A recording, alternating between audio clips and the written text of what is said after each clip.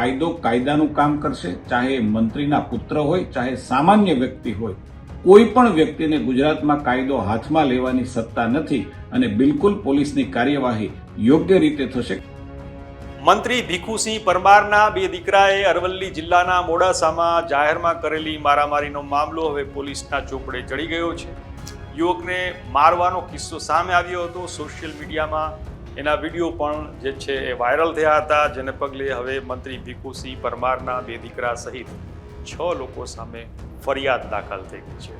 આ મામલે પ્રદેશ ભાજપના પ્રવક્તા અને સાવરકુંડલાના ધારાસભ્ય મહેશ કસવાલાની પણ પ્રતિક્રિયા સામે આવી છે. તેમણે ડાહી વાતો કરી છે કે કાયદો કાયદાનું કામ કરશે. શા માટે તેમણે આ નિવેદન આપ્યું અને આ નિવેદનને અમરેલીનો જે લેટર કાંડ છે એના સંદર્ભે કઈ રીતે જોઈ શકાય છે, વિગતે વાત કરીએ આ વિડીયોમાં. નમસ્કાર, તમે જોઈ રહ્યા છો વાઇબ્સ ઓફ ઇન્ડિયા અને મારું નામ છે ઇમરાન. વાત છે મંત્રી ભીખુસિંહ પરમારના દીકરાએ કરેલી મારામારીની, જેના વિડીયો વાયરલ થયા હતા. આ બનાવને લઈને રણજીતસિંહ ભીખુસિંહ પરમાર, નરેન્દ્રસિંહ ઝાલા, કિરણસિંહ ભીખુસિંહ પરમાર, ભાજપ યુવા મોરચાના પ્રમુખ અમીશ પટેલ, ચિરાગ પટેલ અને એક અજાણ્યા શખ્સ એમ 6 લોકો સામે પોલીસમાં ફરિયાદ દાખલ થઈ ગઈ. બનાવ શું બન્યો હતો એની ટૂંકમાં વાત કરીએ તો ગયા સોમવારના તારીખ 17 ફેબ્રુઆરીના રોજ મોડાસાની રામ પાર્ક સોસાયટીમાં નવરાત્રી ચોકમાં એક યુવકને મંત્રી ભીખુસિંહ પરમારના બે દીકરા રણજીતસિંહ અને કિરણસિંહ પરમાર સહિત 6 જણાએ તારા મિત્રને કેમ તારા ઘરે સંતાડેલ છે એમ કહીને ગળદાપાટોનો માર મારી લાકડી અને બેટથી હુમલો કર્યો હતો અને અપશબ્દો બોલીને જાનથી મારી નાખવાની ધમકી આપી હતી. મોડાસા ટાઉન પોલીસ સ્ટેશનમાં મંત્રી ભીખુસિંહના બે દીકરા રણજીતસિંહ, કિરણસિંહ સહિત 6 જણા સામે ફરિયાદ નોંધીને પોલીસે હવે તપાસ આગળ વધારી છે.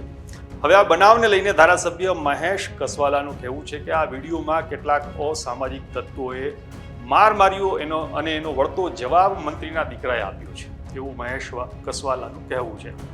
વધુમાં ભાજપના ધારાસભ્યએ શું કહ્યું છે, ચાલો સાંભળીએ. રાજ્ય સરકારના મંત્રી શ્રી ભીખુસિંહ પરમારના પુત્રોના મારામારી કરતા વિડીયો સોશિયલ મીડિયાના માધ્યમથી ધ્યાનમાં આવેલા છે. જે પ્રકારે વિડીયોમાં જોઈ રહ્યા છે એ પ્રકારે ભીખુસિંહ પરમારના પુત્રોને ક્યાંક કેટલાક અસામાજિક તત્વો દ્વારા મારવામાં આવેલો અને એનો પ્રતિકાર એમના પુત્રએ કરેલો છે. પરંતુ બંને પક્ષોએ ક્યાંય સમાધાન થયું હોય, કોઈ પણ વ્યક્તિએ ન પોલીસનો એપ્રોચ કર્યો કે ન કોઈ ફરિયાદ નોંધી. પોલીસને પણ આવા વિડીયોના ફૂટેજ મળવાને કારણે પોલીસે જાત તપાસ કરી અને આજે પોલીસ પોતે જ ફરિયાદી બની અને ફરિયાદ નોંધી છે. હું ભારતીય જનતા પાર્ટીના ધારાસભ્ય તરીકે જે પ્રકારે રાજ્યની અંદર માનની ભૂપેન્દ્રભાઈ પટેલની સરકારમાં માનની હર્ષભાઈ ગૃહમંત્રીના વડપણ હેઠળ જે પ્રકારે કાયદો અને કાયદાનું શાસન ચાલી રહ્યું છે, કાયદો કાયદાનું કામ કરશે, ચાહે મંત્રીના પુત્ર હોય, ચાહે સામાન્ય વ્યક્તિ હોય. કોઈ પણ વ્યક્તિને ગુજરાતમાં કાયદો હાથમાં લેવાની સત્તા નથી અને બિલકુલ પોલીસની કાર્યવાહી યોગ્ય રીતે થશે. કાયદો કાયદાનું કામ કરશે.